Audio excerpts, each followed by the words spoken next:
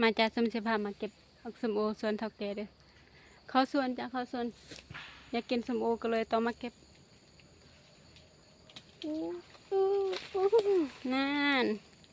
ได้แล้วดีเป็นตั้งหลายเด้ออันนี้ขนาดกินไปครึ่งหนึงเลยได้นี่ซ้ำแซวเด้อจ้าแต่ว่าหน่วยนี้เห็นมันงามก็เลยต้องเอาหน่วยนี้ก่อน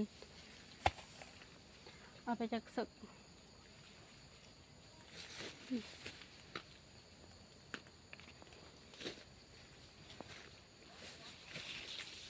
ดีอันนี้ก็ยังเลยนั่นเป็นลายคักจ้ะลายเด้อทุกคนเด้อ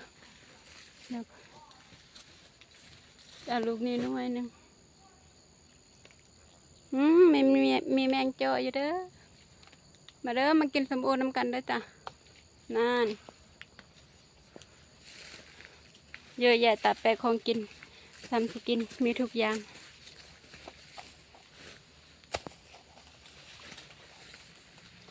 อันนี้จะเป็นลูกน้อยเนาะสมเลือกเอาแต่ลูกใหญ่ๆพอลูกน้อยเนี่ยเอาไว้กินลังมุงเดี๋ยวเอาไปสัก3 หน่วยก็ได้จ้ะอันนี้จะเป็นลูกตำเนาะลูกตำเด้อลูกนี้เอาลูกนี้ก็ได้ว่าลูกนี้สีเหลือง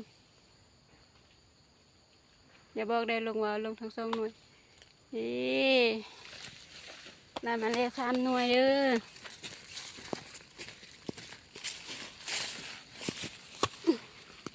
นี่เบิ่งว่าตำบ่ตำเบิ่งอันนี้สมนังได้นี่เบิ่งสมโอ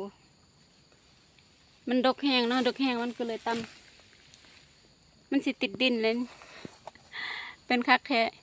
เป็นคักเป็นแน่เอาเป็นจนว่ากินบ่หมด